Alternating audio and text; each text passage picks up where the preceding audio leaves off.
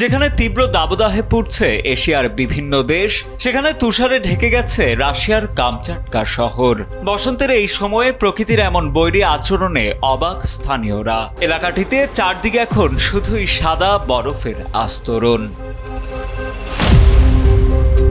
বিগত কয়েকদিন ধরে রাশিয়ার কয়েকটি অঞ্চলে হঠাৎ শুরু হওয়া এই ভারী তুষারপাতে থমকে গেছে জনজীবন। প্রকাশিত ভিডিওতে দেখা যায় রাস্তাঘাট থেকে শুরু করে বাড়িগাড়ি সবই এখন বরফের নিচে। তীব্র শীতের পাশাপাশি বইছে হিম বাতাস, যা বসন্তের স্বাভাবিক পরিবেশকে পুরোপুরি পাল্টে দিয়েছে।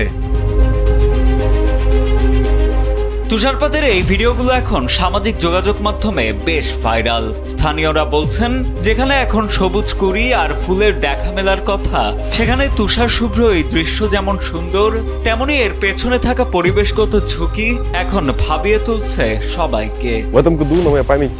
আমি গত 17 বছর ধরে কামচাটকায় আছি, কিন্তু আমার স্মৃতিতে এবারের মতো এত বরফ আগে কখনো দেখিনি। গত বছর এপ্রিলের মাঝামাঝি সময়ে হঠাৎ তুষারপাত হয়েছিল ঠিকই, কিন্তু তা দ্রুতই গলে যায়। অথচ এবার ডিসেম্বর থেকে যে অস্বাভাবিক তুষারপাত শুরু হয়েছে তা এখনো থামার নাম নেই। আকস্মিক এই আবহাওয়ায় ব্যাহত হচ্ছে যান চলাচল। তুষার সরিয়ে পরিস্থিতি স্বাভাবিক করতে কাজ করছে দেশটির জরুরি বিভাগ। আবহাওয়া অফিস বলছে, আবহাওয়া পরিবর্তনের প্রভাবেই বারবার এমন চরম ভাবাপন্ন আবহাওয়ার মুখোমুখি হতে হচ্ছে বিশ্বকে। সাজিদ আনিল, ডেস্ক রিপোর্ট, সময়ের আলো।